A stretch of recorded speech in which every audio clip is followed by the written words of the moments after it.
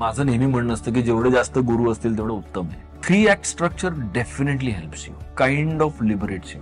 C, Indian फिल्मचा ना context वेगळा आहे. इंडियन फिल्म्स मध्ये गाणी असतात. इंटरव्हल पॉइंट हा खूप महत्वाचा असतो आपल्यासाठी. So if you go to fit that exactly in our context, it will not work. तुम्ही जर 3 इडियट्स पाहिलं असेल, for me that is good screen play, where the writer has fed me, but त्याचा इम्पॉर्टन्स मला तेव्हाच कळतो जेव्हा तो फोरफ्रंटला यायला पाहिजे. Finally you have to be true to your script.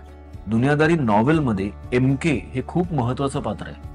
Okay, ते ऑलमोस्ट माझ्या फिल्म मध्ये नॉन एक्झिस्टंट आहे, कारण माझ्या असं लक्षात आलं की स्टोरी पुढे न्यायला MK काहीच मदत करत नाही. I don't want to watch a 2 hour film and come out of the theatre thinking life is shit. Film should at least give some hope यार. That is what I believe. Radio City presents Close Shot. नमस्कार. तर ॲक्टिंगचे धडे कसे वाटले चिन्मय मांडलेकरांचे, काय सांगताय? तुम्ही अजूनही नाही ऐकलत? सो आमचा प्रिव्हियस एपिसोड ज्यामध्ये चिन्मय मांडलेकरांनी ॲक्टिंगचा क्लास घेतला आहे तो तुम्ही नक्की ऐका. पण हा एपिसोड देखील चिन्मय मांडलेकरांचाच आहे. यामध्ये ते रायटिंगचे धडे देत आहेत. बऱ्याच जणांना फिल्म रायटिंग आणि थिएटर रायटिंग कशी होते याच्याबद्दल बरीच उत्सुकता असते. आजच्या या एपिसोडमध्ये मांडलेकरांनी रायटिंगबद्दल खूप छान एक्सप्लेन केलं आहे. चला तर ऐकूया क्लोज शॉट. आता तुमच्या रायटिंग बद्दल बोलू.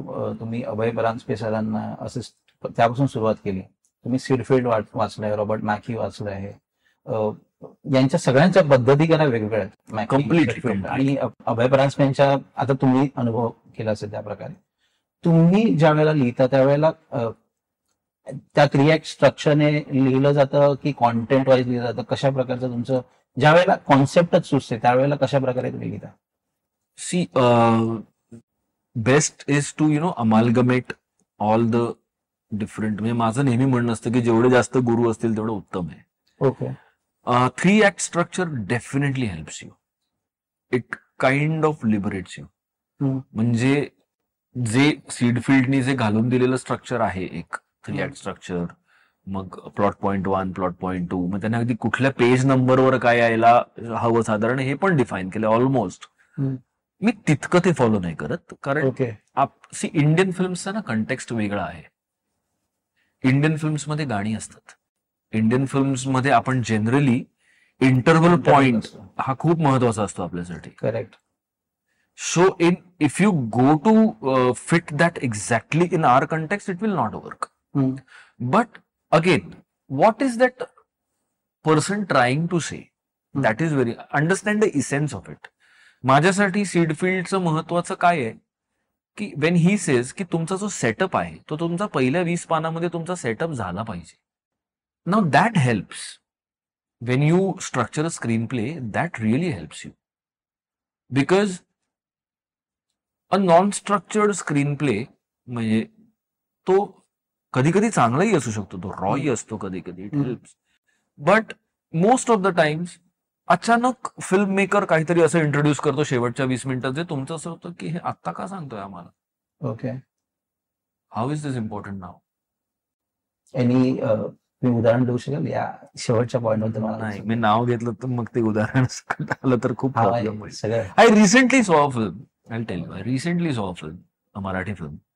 टुवर्ड्स दी लास्ट 20-25 मिनिट्स एक सीन होता आणि अचानक त्यातल्या एका महत्वाच्या कॅरेक्टरला एक भाऊ आला. ओके, तर माझं असं झालं, मग हा भाऊ इतका वेळ कुठे होता? ह्या सीन मध्ये भाऊ का आला? It would have been easier to at least set up that brother in the first act. It would have helped. Not that it created a major distraction, but that is the difference between a structured screenplay and a non-structured screenplay. तुम्ही जर 3 Idiots पाहिलं असेल, 3 Idiots मध्ये the very important scene happens with that vacuum cleaner, the suction and the baby is delivered. आता व्हायरसच्या ऑफिसमध्ये vacuum cleaner का आहे असा प्रश्न आपल्याला नाही पडत, कारण व्हायरस हा कम्प्लिटली मॅडकॅपच आहे. त्यांनी पहिल्यापासून एस्टॅब्लिश करत आणलेलं आहे. राईट फ्रॉम हिज एंट्री, त्याचं ते न्हावी वगैरे सगळं.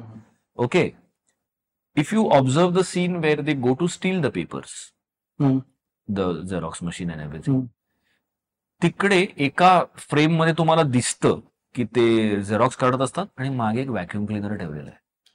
दे have establish that vacuum cleaner there. So suddenly now just because a baby needs to be delivered, he doesn't remember a vacuum cleaner. The audience also has noticed that vacuum cleaner there. Correct. That is, for me, that is good screenplay. Where the writer has fed me, but त्याचा importance मला तेव्हाच कळतो जेव्हा तो फोरफ्रंटला यायला पाहिजे. So that help. So मी लिहिताना नॉर्मली युअर राईट, एक तुम्हाला एक आयडिया सुचते, then you write a kind of a 4-pager story just to get your idea right. Then if need be you write the character sketches and then you go into the screenplay and structure it and then you go to the dialogues. So that is how I work normally. तुम्ही एडिपसचं रूपांतरण करताना कीर्तनात त्याचं adaptation केलं. समुद्राचं तुम्ही करताना I think पहिले काही प्रयोग वेगळं होतं आणि त्याच्यानंतर तुम्ही त्याचे बदल केले. सो ज्या वेळेला आपण कोणत्याही गोष्टीचं अडॅप्टेशन करतो तर व्हॉट इज इम्पॉर्टंट की true to the actual original जे थीम आहे की it is true to the medium. True to the medium. That is, now I'll definitely say true to the medium. That is the lesson I learned during Samudra. आम्ही नॉव्हेलचं नाटक केलं. मला Milind sir नेहमी सांगत होते हे होऊच शकत नाही, because the novel is basically stream of thought about what one person is thinking. How will you convert it into a play? But we did that. He saw the play, he really loved it. We did 87 shows. I and Spruha Joshi, we did 87 shows. There was good response. The play was doing very well. But after every show, I came back with this feeling ki yaar, it is not bang on. It is good. What the novel wants to tell or what I want to tell is reaching. We had some overwhelming experiences with the audience, but still it is not bang on. वो एक होता ना कि this is like bang on, वो नहीं हो रहा है, and it can become like that. How, I don't know. Then we had our 88th show in Sahitya Sangh, Girgaon. And because I've grown up in that part, my grandmom still stays there. I'd gone there in the morning and in the evening we had a show. I was thinking and I said की then it hit me की ज्या lines आम्ही बोलतोय त्या कादंबरीतल्या lines आहेत. त्याचं structure त्या डायलॉग्सचं कादंबरीसारखं आहे. सी कादंबरीत we use a different sort of a language. It's not very colloquial most of the times. म्हटलं म्हणून कदाचित असं होतंय का. So I sat there and I almost rewrote half of the play. आणि मग मला असं वाटायला लागलं की अरे this is sounding good. So I called up my co-actor, Spruha Joshi. I said ki 4:30 show आहे. Can you come at 2 o'clock? We need to rehearse. She said, what? I'm changing the play. Okay. घाबरली. ती म्हणाली मी येते. मग आम्ही वाचलं. ती she also agreed that this is much better. But we will do this from the next show because now it is impossible to remember all this. So then that is what we did. And then it worked better. Then I called Milind sir again. I said, आता तुम्ही please परत या नाटक बघायला. He came again and he also agreed. So now I would say सिड फील्डच्या screen play मध्ये हे आहे, अडॅप्टेशन वर एक चॅप्टर आहे अख्खा. He also says the same thing. Finally you have to be true to your script because what the novel is wanting to say, because film is a different medium altogether. Finally it has to make sense in the context of the film. मग तुम्हाला बरेचदा, जसं मी दुनियादारीचं जेव्हा adaptation केलं, दुनियादारी novel मध्ये MK हे खूप महत्वाचं पात्र आहे. ओके. ते ऑलमोस्ट माझ्या फिल्म मध्ये नॉन एक्झिस्टंट आहे, कारण माझ्या असं लक्षात आलं की स्टोरी पुढे न्यायला एमके काहीच मदत करत नाही. जो एक महत्वाचा प्लॉट पॉइंट एमके वर अवलंबून आहे तेवढाच मी फिल्म मध्ये ठेवला, बाकी मी काढून टाकलं एमकेला film. I was criticised a lot for that also, की जो मतलब दुनियादारीचे फॅन्स जे होते, एमकेच नाहीये तुमच्या फिल्म मध्ये. But then I figured out की 90% of my audience doesn't know about Duniyadari the novel. They don't give a damn about it. They want to see the film. And I'll be true to my film. Of course, when you're doing this, you need to talk to the original source material writer. You need to seek his permission. If it is based on a real life story, you need to understand the repercussions it might have. तर त्याची जबाबदारी घेऊनच तुम्ही ते बदल करू शकता. असं नाही की मेरे मन को बया मैं कुत्ता काट के खाया, असं नाही होऊ शकत. म्हणजे मी जेव्हा जेव्हा समुद्राचं अडॅप्टेशन केलं किंवा दुनियादारीचं केलं किंवा त्याच्यानंतर मी ऋणानुबंध कादंबरीवर आम्ही कच्चा लिंबू फिल्म केली. Okay. So very sadly Suhas Shirwalkar किंवा जयवंत दळवी दोघंही हयात नाही आहेत. पण त्यांचे जे आता जे म्हणजे सुहास शिरवळकरांच्या मिसेस आणि दळवींचे पुत्र, त्यांच्याशी आम्ही बोललो की आम्ही हे चेंजेस करतोय, ओके ना? जर तुम्ही ओके नसेल तर आम्ही नाही करणार, किंवा मग कदाचित मी तो प्रोजेक्टच नसता केला. अच्छा. Okay. Because it wouldn't have made any sense. Like Katsa Limbu, the film, has a positive end, whereas Runanubandha, the novel, has a very depressing end. So my point is, I don't want to watch a 2-hour film and come out of the theater thinking life is shit. Okay. Film should at least give some hope, yaar. That is what I believe. ही माझी personal belief system आहे. मी असं नाही म्हणत की ज्या फिल्मचे end वाईट किंवा दुःखांत असतात त्या फिल्म वाईट आहेत, पण माझा पर्सनल चॉईस व्ह्युअर म्हणून तो नाहीये. ओके. मग माझा मेकर म्हणून तो चॉईस कसा असेल? I need to give at least some hope. Sairat has a fabulous end. I mean, I love that end, the way Sairat ends. But tomorrow if you ask me as a maker, will I make something like Sairat, which ends like Sairat? I would probably say I cannot. Because that is not my belief system. Having said that, it is one of the best endings I've seen in a film. ज्यावेळेला तुम्ही कोणतेही character म्हणजे जे historical character लिहिताय, हा रायटिंगच्या point of view प्रश्न आहे. आता for example Godse, तुम्ही त्याचं रायटिंग नाही केलंय, पण अशा प्रकारे ज्यावेळेला लिहिता त्यावेळेला बरेच साहित्य उपलब्ध असतं आणि ते प्रत्येकाने आपापल्या पॉईंट ऑफ व्ह्यूने लिहिलेलं असतं, वेगवेगळ्या फॅक्ट्स असतात. तुम्ही लिहिताना कुठे थांबता की ओके मी इतकंच घेणार आहे आणि त्याच्यावर नाही घेणार आहे? जोपर्यंत तुमची फिल्म ते अलाव करते तोपर्यंत, ज्याची तुम्हाला मदत होते. कधी कधी तुम्हाला ना बिटवीन द लाईन्स पण वाचायला लागतं. For example, so see tomorrow for example, if there is a actual historical evidence, for example, that some person A met person B. They are both great historical figures. And then person A stormed out of the room. And after that they never met. असं असू शकतं इतिहासात. आता त्या रूमच्या आतमध्ये त्या दोघांमध्ये काय बोलणं झालं हा इमॅजिनेशनचा भाग आहे. किंवा ते पब्लिकली कधीच भेटले नाही, पण प्रायव्हेटली ते एकदा भेटल्याचा मी एक सीन केला. अगेन हा इमॅजिनेशनचा भाग आहे. सो त्या रियालिटीच्या परिघात राहून जोपर्यंत तुम्ही इमॅजिनेशन एक्सप्लोर करू शकताय तोपर्यंत करायला काहीच हरकत नाही असं मला वाटतं. हा, पण तुम्ही ती रियालिटीचं परिघ तोडू नाही शकत. किंवा मग ऑल्टरनेट हिस्ट्रीचा जो जॉनर जो गांधी गोडसेमध्ये की गांधीजी मेलेच नाहीत तर काय, तो व्हॉट इफचा जॉनर होतो, मग तो हिस्टॉरिकल नाही राहत, मग ती फॅन्टसी होते. पण पावनखिंड सारखी फिल्म जर तुम्ही लिहित असाल तर छत्रपती शिवाजी महाराज पुढे गेले आणि बाजीप्रभू मागे थांबले आणि बाजीप्रभूंनी खिंड लढवली आणि त्यात बाजीप्रभू गेले. ही फायनल रियालिटी आहे. मी असं नाही दाखवू शकत की नाही महाराज पण थांबले आणि दोघं मिळून लढले.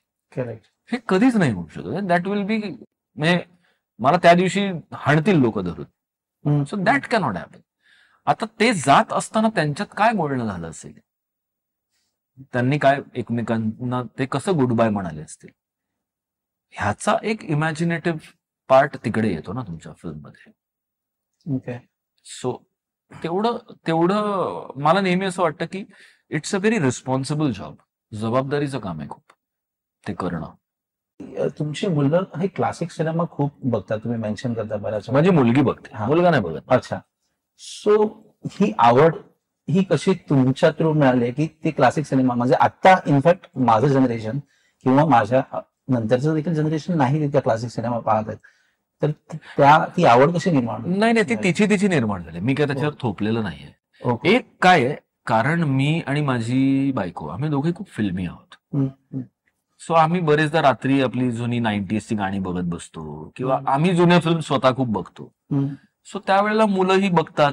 आता आपल्या वेळेला पण बघ ना, आपल्या वेळेला राजेश खन्ना और Shammi Kapoor, they are not from our generation, they are from our parents generation. पण आपले पेरेंट्स त्यांचे फिल्म्स बघायचे म्हणून आपणही त्यांच्या फिल्म्स बघायला.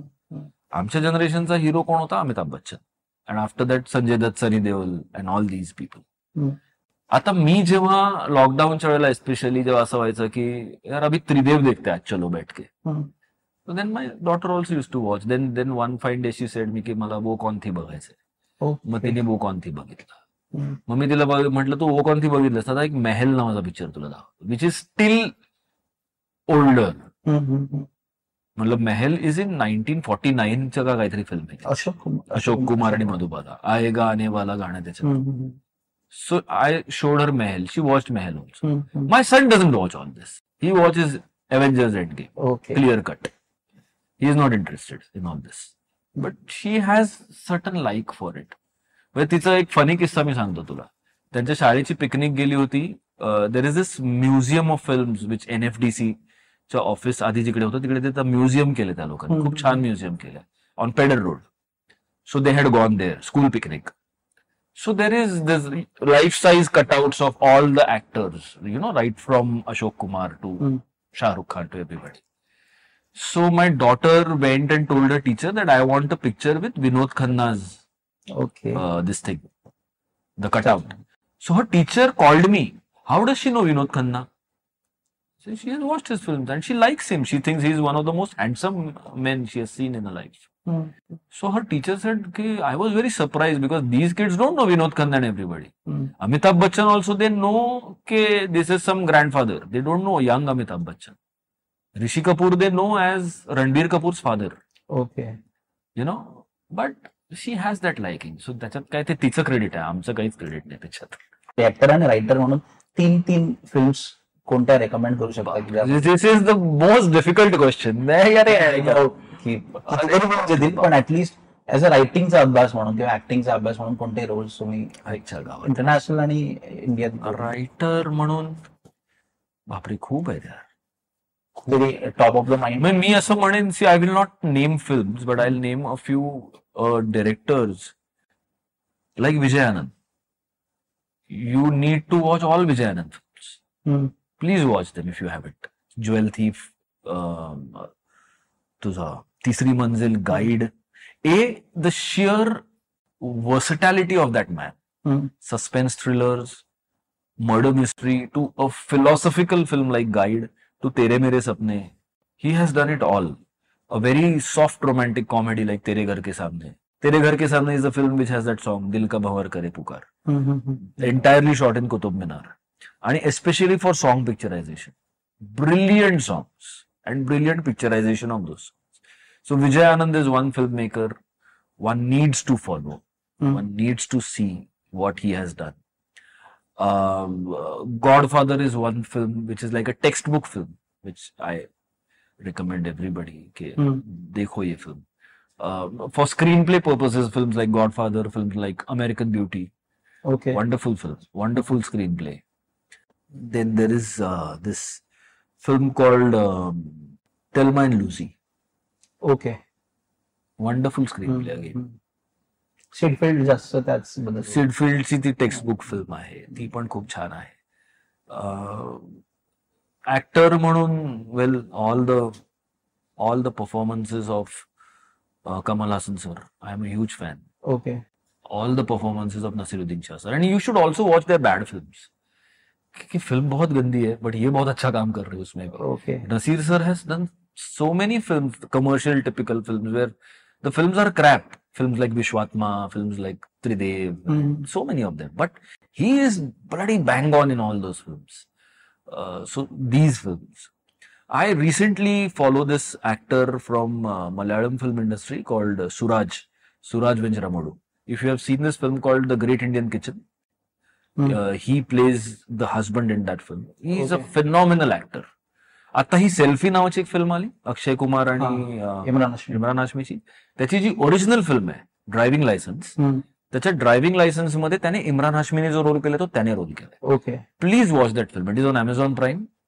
It's a very simple film. त्याच्यात काही असं ग्रेट नाहीये but the way that man has played that role phenomenal. I love him. He's a very good actor. One of the best we have right now in our country, I would say. He's a very good actor. And then I also follow a lot of films by Biju Menon or Mohanlal. Biju Menon is the one who got National Award this year for Ayappanam Koshiyam. त्यांची एक Malayalam film आहे. Very good actor. Then I used to love Kevin Spacey a lot. I feel very sad that we won't see him anymore in films. I really used to love Kevin Spacey. I like Gladiator, the film. Because when you see Russell Crowe in person, or when you see his performances in films like Insider or Beautiful Mind, the same person doing Maximus. No, it's phenomenal. So, बापरे खूप आहे यार, खूप आहे. मला Marathi films आपल्या कितीतरी, हरिश्चंद्राची factory मला खूप आवडते, ब्युटिफुल फिल्म. किंवा आपल्या अशी बनवा बनवी वगैरे, हे तर आहेत, हे क्लासिक्स आहेत सगळे. मला निळू फुलेंचं काही काम खूप आवडतं. Very natural actor. मला गोविंदाच्या काही फिल्म्स खूप आवडतात. जाऊ दे, मी बोलत राहील. So thank you so much. तुम्ही एवढा वेळ दिलात आणि बऱ्याच गोष्टी शिकायला देखील मिळाल्या यातून. I hope so. हा, खरंच तुमच्या पुढील वाटचालीसाठी तुम्हाला शुभेच्छा. Thank you so much. Thank you. Have a nice day. So कसा वाटला आजचा एपिसोड तुम्हाला? क्लोज शॉटचा पॉडकास्ट तुम्ही ऐकला तर आहे, पण तुम्हाला पॉडकास्ट पाहायचा देखील असेल तर रेडिओ सिटी मराठीच्या यूट्यूब चॅनलवर तुम्ही तो पाहू देखील शकता. क्लोज शॉटचे एपिसोड्स तुम्हाला कसे वाटत आहेत हे आम्हाला तिथे कमेंट करून नक्की सांगा. आम्ही लवकरच क्लोज शॉटचा नवीन एपिसोड तुमच्यासाठी घेऊन येऊ. तोपर्यंत नवनवीन सिनेमे पाहत राहा आणि आमचा हा पॉडकास्ट ऐकत राहा. Close shot.